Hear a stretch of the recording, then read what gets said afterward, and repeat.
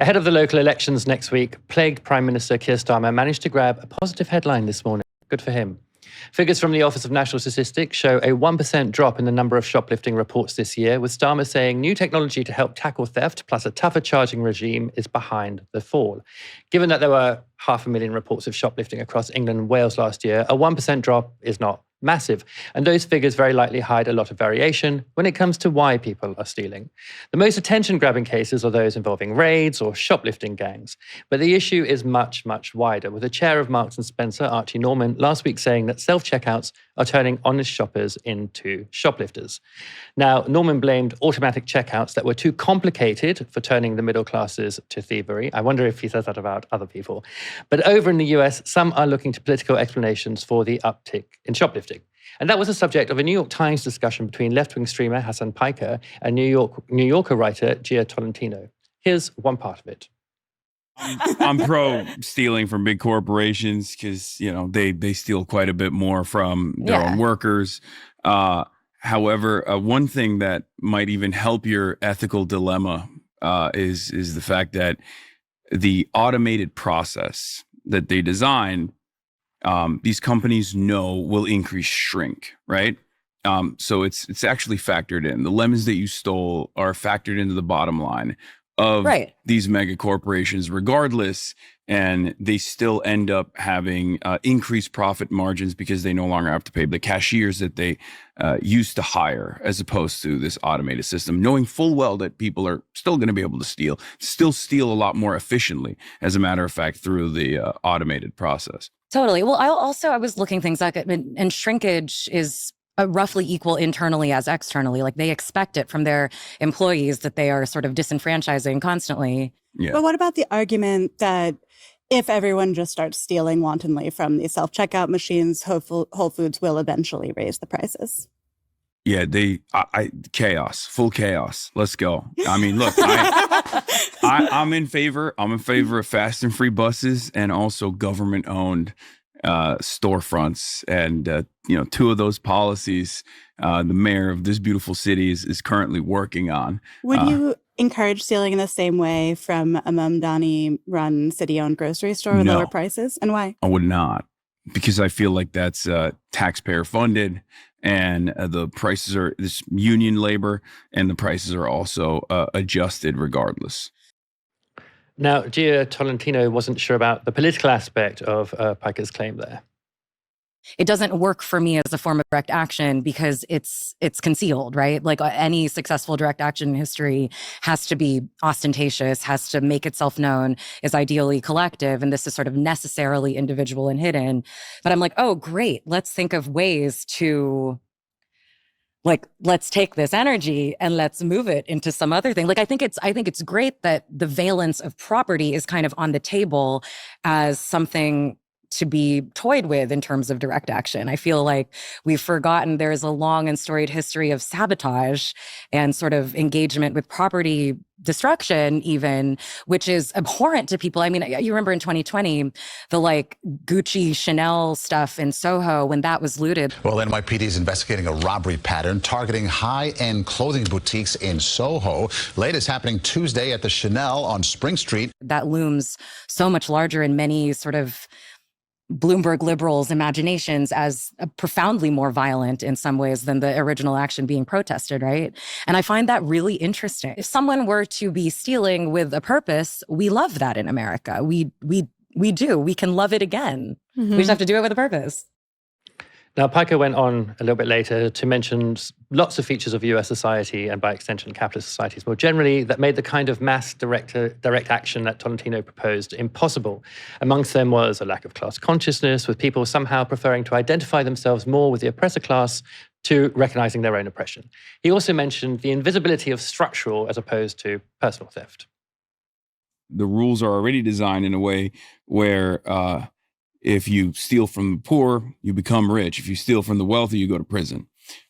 So there's only one direction where you can do unlimited theft and erode the social contract for the 99%. There's an invisibility baked into the system that allows the wealthy to engage in this sort of behavior. Because I mean, it's a cliche at this point, but like wage theft is the most consequential amount of theft that takes place in the United States of America. A similar invisibility exists in structural violence as opposed to individual acts of violence as well. If it's a police officer engaging someone violently, the automatic assumption from the average person is, oh, that's probably a criminal. They probably deserved it. But if there's any circumstance where someone else is fighting back against police, like in a normal protest environment, for example, ultimately, most people assume that that is chaotic. There's a chaotic situation, and that it is born out of the escalations from the protesters themselves, even if, as regular citizens, we're infinitely closer to those exercising their First Amendment rights than those with the power stamping out people exercising their free speech rights. We never look at systemic forms of violence, and we don't look at systemic forms of theft in the same way that we do as individuals breaking that social contract.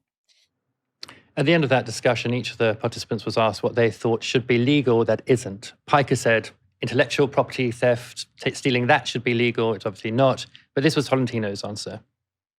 I have to regularly explain this stuff to a small child, and have so thoroughly explained to her that some things are against the rules, but they're okay. And depending on who you are, and some things are not against the rules, but they're not okay.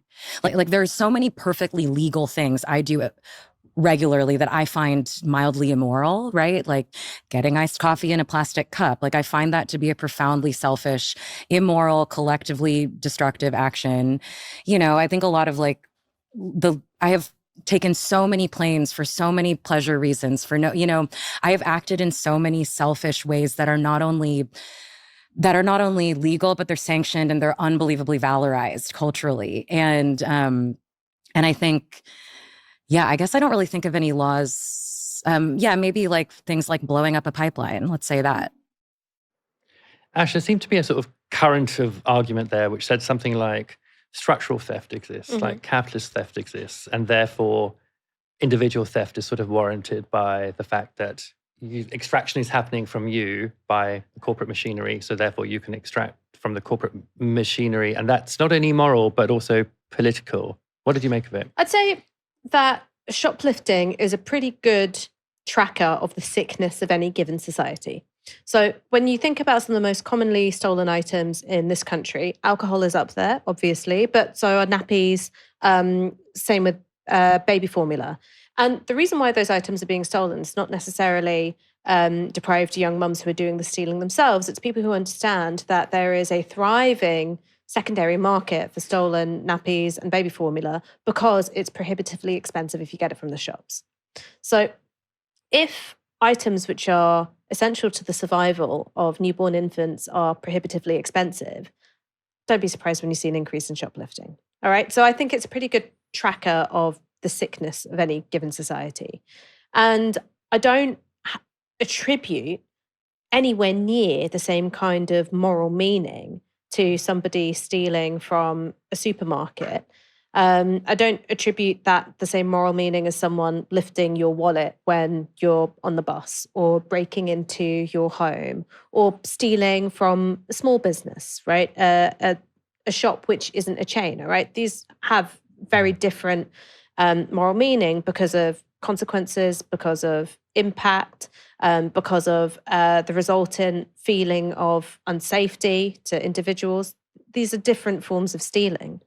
But I wouldn't go as far as to say that I think that shoplifting is an act of resistance, because one, it lacks a certain collectivity, right? If there was mass organized shoplifting targeting, wage theft, like big corporate violators of minimum wage laws who, don't pay workers for their hours, I'd go, well, yeah, that's an act of resistance, all right? Because it's collective and it's organized. And acts of organized disobedience, even when it's just threatened, can force huge climb down. So when you think about the Don't Pay campaign of a few years ago, which forced a massive climb down by the Liz Truss government over the energy price cap, you go, well, that was threatening, mass non-compliance with the pricing mechanism of energy to force a change. I don't think individualized acts of shoplifting do that at all. And I also think that part of the conversation, which very rarely gets brought up by the left, is that a lot of shoplifting is done because you can kind of get away with it, right? And I think about friends of mine who've got their various techniques. They do it not because they're starving or they're hungry or because they're meeting a secondary market of deprived people. They're doing it because they kind of can. And I think that there is a danger, and I think that there is a danger of leftists sort of abdicating the terrain of talking about any kind of personal morality in favor of only talking about corporate crimes, because it neglects something, which is that we all also owe something to the social contract. The greater damage and harm to the social contract is done by state actors and by corporate actors, by systems and by institutions. But we all owe something to one another. And we also owe something to ideas of fairness, that we all do things that we don't like because it creates a better society. And I think that it's worrying to me to completely wave away that part of the discussion. Yeah, I think I sort of see what you said. I mean, I think for me, the idea of sort of stealing from a massive corporation like an Amazon or something owned by Amazon or whatever, something that, I think of as doing like a lot of harm, not only to the environment, but to workers, to actually small businesses everywhere, sort of like Goliath breaker of the social contract. It does seem to me like, I can see there's like the potential secondary effect of sort of a breakdown of like moral norms, but I can also sort of think, it's kind of morally neutral here. But the issue for me, I think, with the political question... But you think it's morally neutral for someone to steal something just because they can? I don't think that's morally neutral. I think that makes you... That's a knobby thing to do. Yeah, I just don't know that I feel that that's quite right in all cases. I mean, it's definitely... I'm not snitching, but I think it's a knobby thing to do. Sure, yeah, I think I don't know if I'd celebrate it, but I just don't think I don't think I'd really judge it, actually. And I think but it would depend. Like when you said like the small business or, that kind of situation, I think that is wrong, right? That is like directly involving an interaction with another person. But if you're stealing from Jeff Bezos, and his shareholders, I mean, does that have any kind of, except for the secondary effect of perhaps wearing down, the moral fabric of our society in some small way, does it have any moral impact? It doesn't impact him at all. It doesn't impact shareholders at all. It's, it seems to be, a crime without a victim.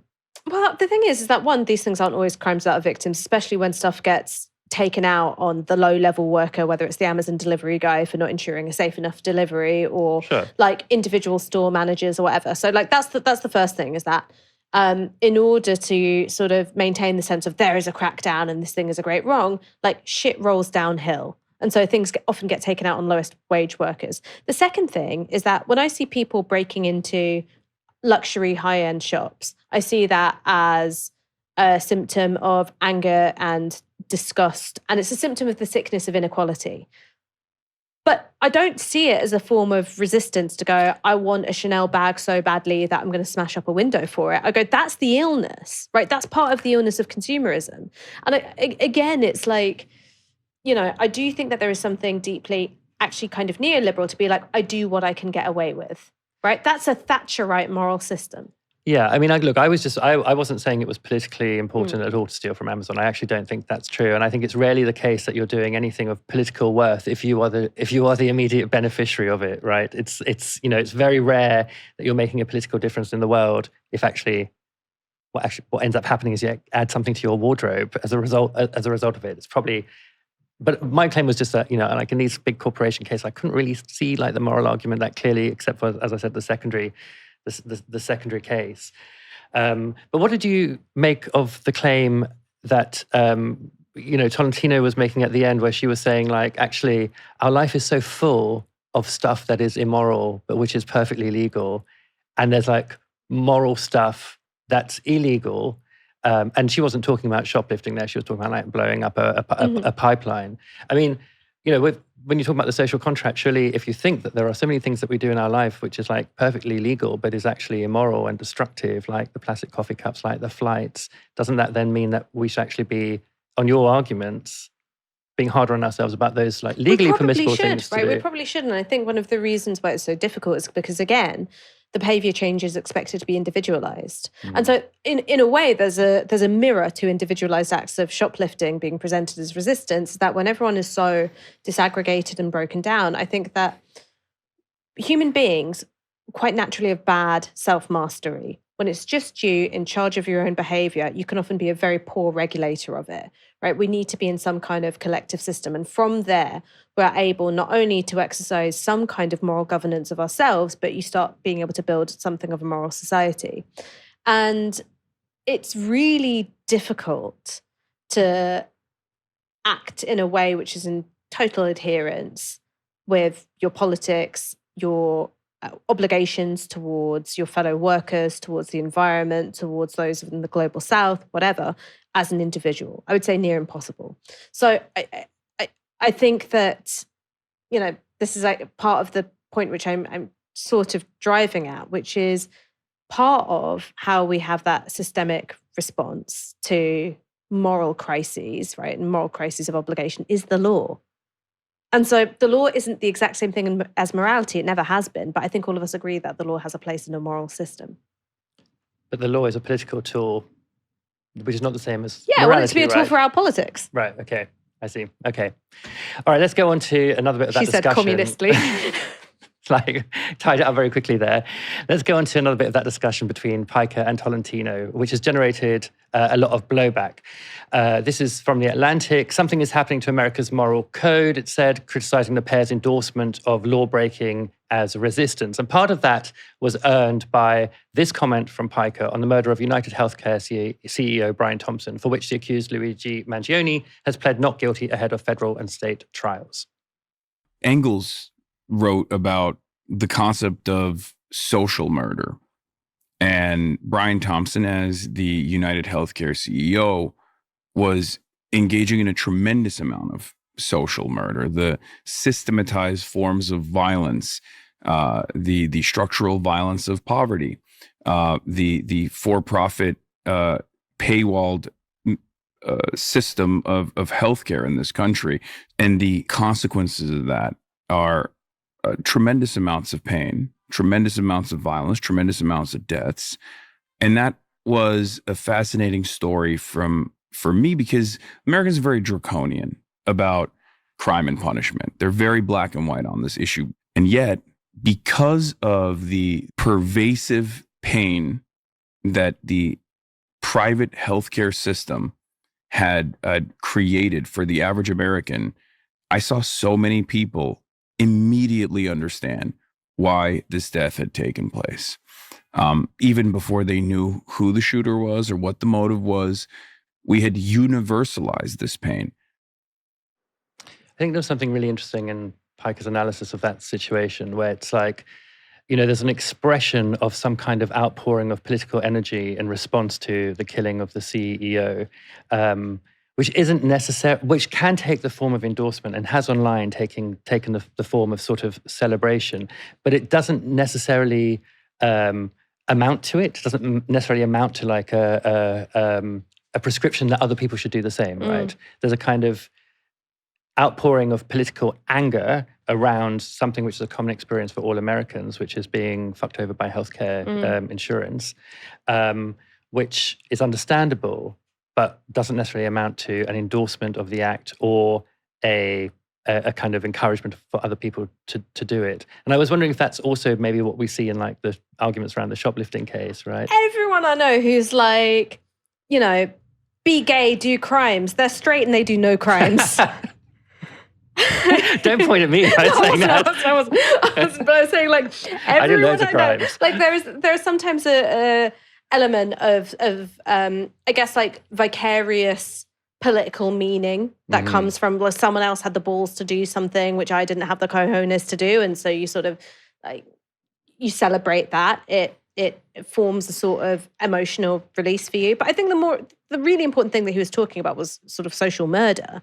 So when he's talking about the ways in which individualized crimes, and especially crimes of disorder, so crimes which run counter to the social organization of society as it is, that those are hyper visible, whereas the ones which have a huge, cost in terms of human lives or human dignity or stolen wages or ecological catastrophe, all of those things are invisibilized. Many times those are crimes which don't even have a name, right? Let alone do they have any form of policing attached to them. Or there are things which are against the law, but what's the point? It's never going to be enforced. Novara Media, we've done some work on this. We've done some work about how many times are rogue landlords actually investigated or charged by the CPS. I mean, the answer is virtually zero.